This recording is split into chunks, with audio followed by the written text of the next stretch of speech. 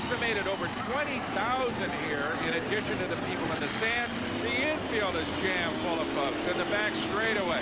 So an enormous bunch of people from all over the Midwestern United States come out here to watch these guys run. And look at this field. There is Steve Smith and Doug Wolfgang in that row 4. Boy, is that going to be a shootout between those two. And right behind them is Andy Hillenburg. We saw so impressive in his heat race. This has all the ingredients to be just a super feature race. And one thing that will happen here in this feature, traffic will be a big factor, something we haven't seen in the shorter heat races, but you can bet it'll happen within a few laps here when we come back to Knoxville, Iowa.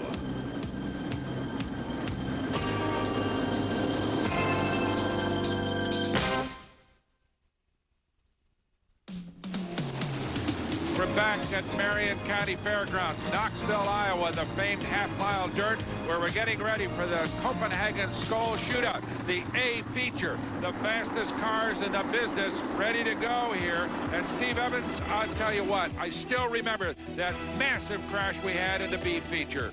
And a bit more information on that, Brock. The car that Cliff Woodward was driving was built beyond the Outlaw specs, a .095 thickness roll cage tubing. It was .120, and that may have contributed to him surviving this awful accident. He was loose in the car like a rag doll. Remember that, drivers, and next time you buckle up, get those shoulder straps tight and use the arm restraints. As far as Cliff Woodward is concerned, the hospital reports that he has a broken shoulder blade, a broken arm, and some wrist damage, but will make a complete recovery. Amazing. And a great testimony to the roll cages and the wings on these Outlaw sprinters. They are very safe automobiles considering the speeds and the impacts that they have in these crashes. As we get ready now for a start of the A feature. And it is Jeff Swindell on the outside going up high, trying to pick up the cushion. The orange 11X car on the inside. 51, Mark Kinser. Kinser had the lead momentarily, now slips back into second. One of the famed racing Kinsers out of Indiana, Mark Kinser, one of the best. Mark did a beautiful job on that start and almost snookered Jeff Swindell. Doug Wolfgang has the white 8D car in the third position. The battle for fourth is the black and gold car, 48 of Keith Kauffman and 29 Kenny Jacobs. Well, the crew of Kenny Jacobs is going to be scratching our heads in the pits because he is advancing to the back very rapidly. Something obviously the matter with that 29 car because he started on the pole and is now falling back and about to perhaps fall into 7th place. There is Sammy Swindell in the black number 1. He is fighting it out for this spot with Andy Hillenburg. And already now they've gone by Jacobs. So Kenny, big problems with that car. Well, as I said before, lap traffic sooner or later is going to be a factor in this event, and maybe sooner. For the second spot, 51, Mark Kinser, 80, Doug Wolfgang on the inside, and they are coming up on traffic. The Wolf is a master at using it to his advantage. In the second spot, the 51 white car up high of Mark Kinser, and just behind him in third, likewise, the white 8D of Doug Wolfgang, and they're moving up on Jimmy Moyle, a lap car, the 5T machine, and look at the Wolf in action. Jimmy Moyle out of Adelaide, Australia, one of the few Australians up here this year, as the Wolf now sets his sights on 51, Mark Kinser.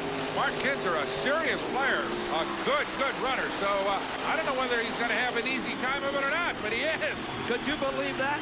Doug Wolfgang, coming out of turn number 3, made a 3/8 mile track out of a half mile. And he made an easy job of getting around Mark Kinser, which I'll tell you what, is never as simple as Wolfgang makes it look. Uh-oh, we've got a car slowing here. That 15M Terry McCarl, he is out on the back straight, coasting to a stop. That could, yes, it'll bring out the caution.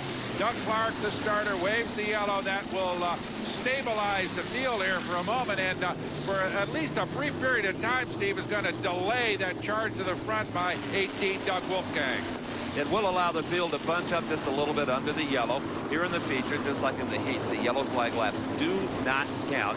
Terry McCarl is okay, didn't make contact with anything. Apparently his number 15 sprinter just let him down one way or another, either engine or drivetrain. Now, with the truck behind him, they may try to get him restarted and back into this thing. We'll check on that when we do indeed get a restart.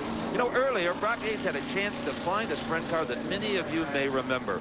A car of tremendous historical importance in this sport, and one that Brock thought you just might like to see one more time. Each year, more and more old sprint cars show up here in Knoxville in perfectly restored condition. This one, a prime example of the art. They call her Old Blue, and she has won perhaps more big features than any other sprint car in the modern era. 146 wins overall, including 2 here at Knoxville. The Knoxville Nationals went to Kenny Weld in the seat of this car in 1972 and 73.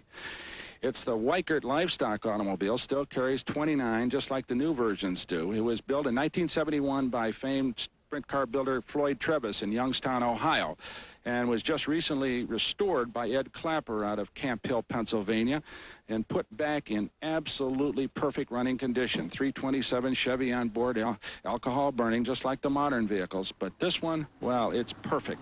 And it just is great to see these wonderful old race cars being put back in pristine condition. And it's wonderful that the folks here at Knoxville take the time to bring those cars in, put them on display for all the fans, young and old, to enjoy. The restart is coming up. Jeff Swindell out in front of the 11X car.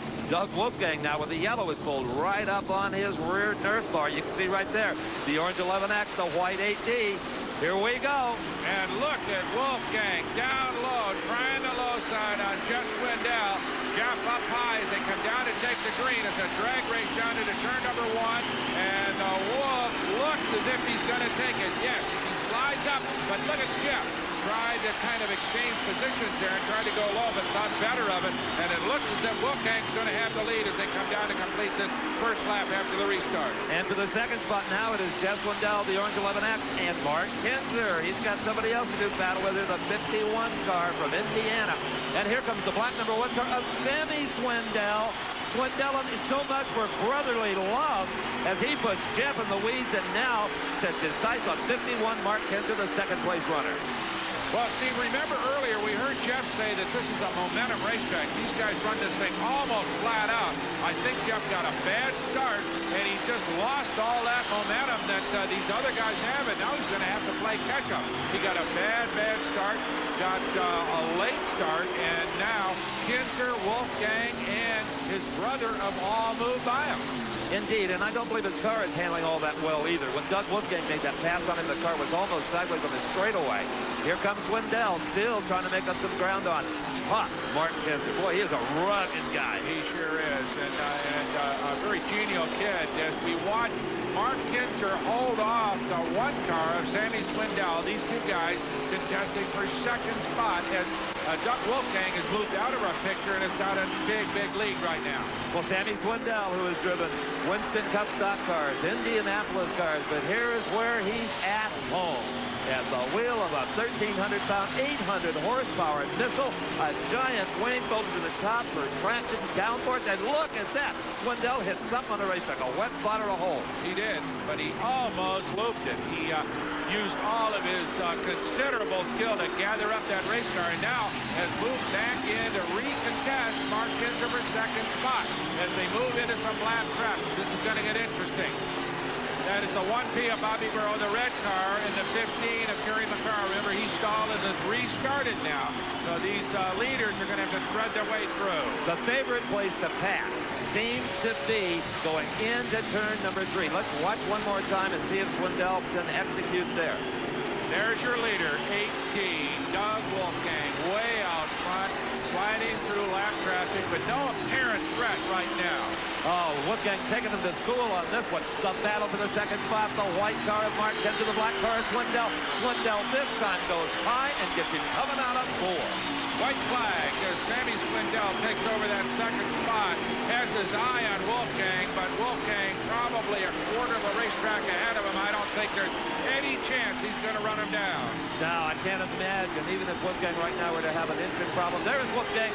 He has won the feature race here tonight in Knoxville, and the crowd has gone mad. This is where he began his sprint car career. They consider him to be a hometown boy, even though he lives in South Dakota. Right.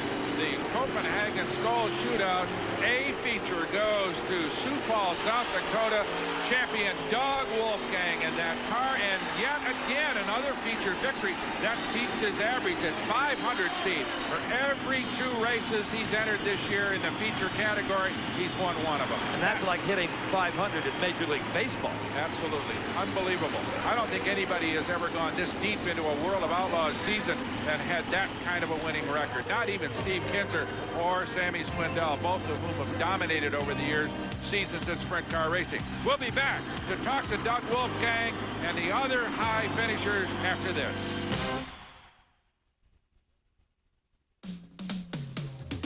Well, here's the man who dominated the A feature here tonight at Knoxville, Doug Wolfgang. Fantastic drive, and Steve is with him. Well, they are howling tonight in Knoxville, Iowa, as one of the all-time crowd favorites here. Doug Wolfgang has won the feature.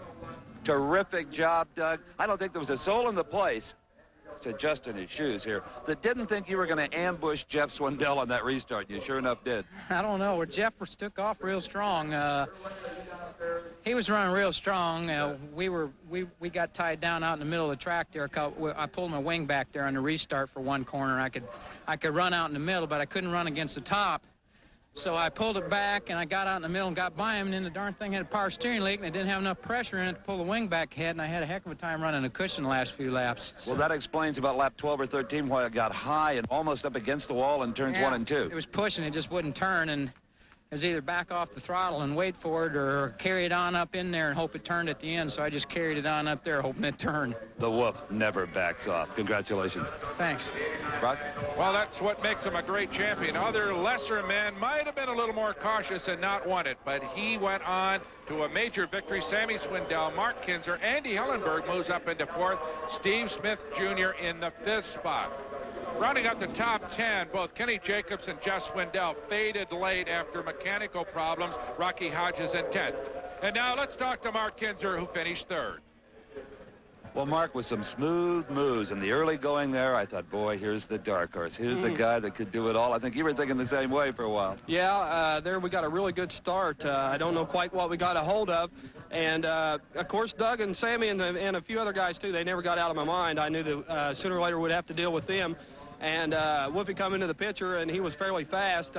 So he was on his way, and then when I got around Jeff, I kind of thought I might be able to hold down second, and here comes Sammy. You know, it's one of those type of deals. Again, good drive. Thank you. Boy, we agree. Great show by Mark Kinser and all the other drivers here in the Copenhagen Skoal Shootout. For Steve Evans, I'm Brock Yates. Thanks for joining us from Knoxville. The executive producer for American Sports Cavalcade is Harvey M. Palish. Produced and directed by John B. Mullen. Promotional consideration provided for